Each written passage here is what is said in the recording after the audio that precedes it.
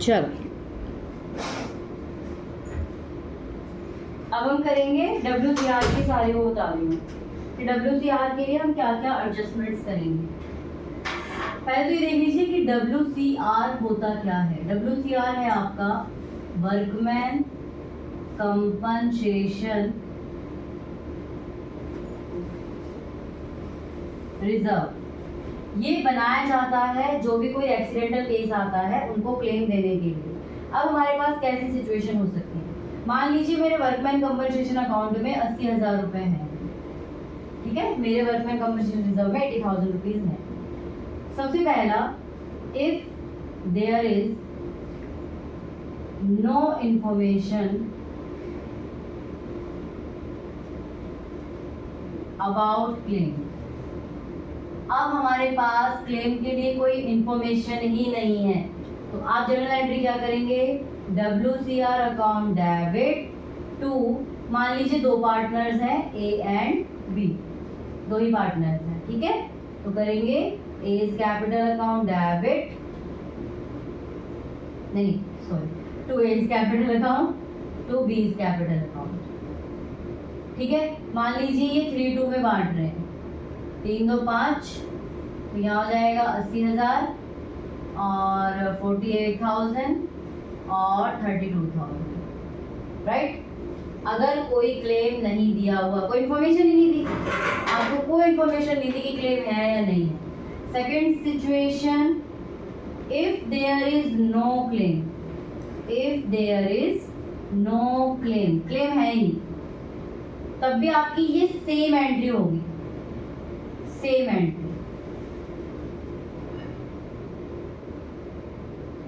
ठीक है। अगर आपको कोई इन्फॉर्मेशन नहीं दी है तो भी आप WCR को पुराने पार्टनर्स में ओल्ड रेशो में बांट देंगे।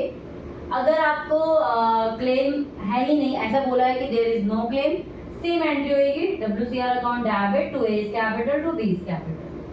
थर्ड केस आपका कहता है इफ क्लेम इज 50,000 रुपीज।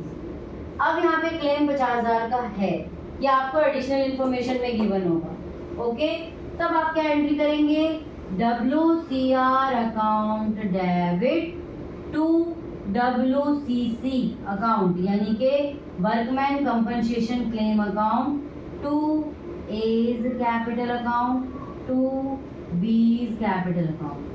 अब WCR में कितना अमाउंट है, 80,000 का है, 80,000 रुपीज हमारे WCR अकाउंट में है, जहाँ समझना है वहीं से पूछ लेना। WCR में 80,000 रुपए हैं, 50,000 हम क्लेम का दे देंगे, तो 50,000 हमने क्लेम का दे दिया, इसमें से 50,000 गए। अब बाकी हमारे पास कितना बचा, 30,000, 30,000 को 3:2 में 18 और 12,000 बांट देंगे। यहाँ तक समझ में आया, यहाँ तक समझ में आ गया। नेक्स्ट एंट्री आप बताएंगे। Fourth, if claim is 80,000 rupees, बताइए जनरल एंट्री क्या करेंगे। अगर आपका क्लेम 80,000 रुपए का है तो सेम है ना, रिजर्व भी उतना ही है, रिजर्व भी उतना है, क्लेम भी उतना है, तो जनरल एंट्री क्या हो जाएगी, WCR account debit to WCC। नहीं बेटा, पार्टनर में क्यों जाएगा, 80,000 80,000, भाई आपका 80,000 का रिजर्व इकट्ठा हुआ, 80,000 का क्लेम आ गया, आपको तो देना पड़ेगा ना, वो पार्टनर बचा ही नहीं पार्टनर कुछ देने के लिए। देखिए रिजर्व तो हम उसके लिए बना रहे हैं, एम्प्लॉय के कंपनसेशन के लिए, तो अगर हमारा क्लेम अराइज हो गया है तो उसमें से पार्टनर क्यों पैसे रखेंगे, सारा का सारा देना। हाँ लेकिन कई बार क्या हो जाता है, क्लेम की अमाउंट ज्यादा हो जाती है। If claim is 90,000 rupees,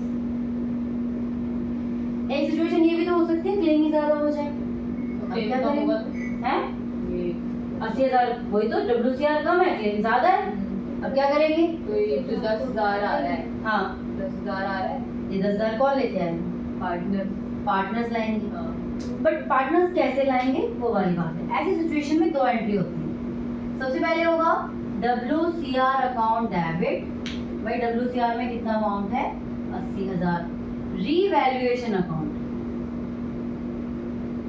revaluation account debit 10,000 उसके थ्रू लाएंगे। तो जब भी हमारा कभी कुछ लॉस होता है ना, जब हम रीवैल्यूड कर रहे हैं या कुछ भी कर रहे हैं और हमारा लॉस होता है तो हम उसको रीवैल्यूएशन अकाउंट के थ्रू करते हैं।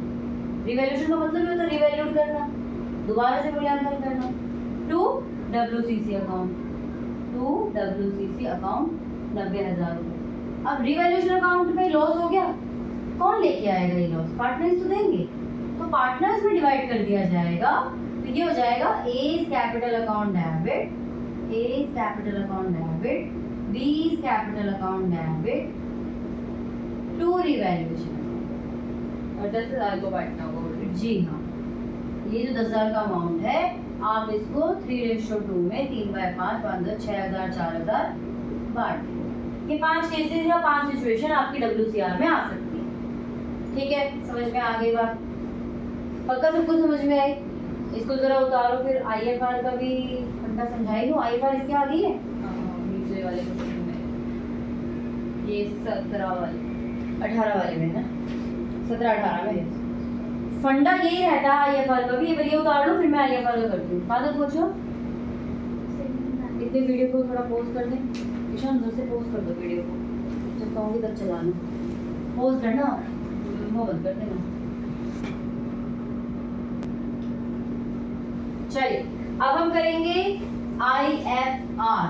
IFR का मतलब है investment fluctuating reserve. Investment fluctuating reserve, पहले इसका मतलब समझ लीजिए। देखिए हम लोग इन्वेस्टमेंट करते हैं, बिजनेस वाले भी इन्वेस्टमेंट करते हैं। मार्केट वैल्यू, अब जब इन्वेस्टमेंट करी तब हमने अपनी बैलेंस शीट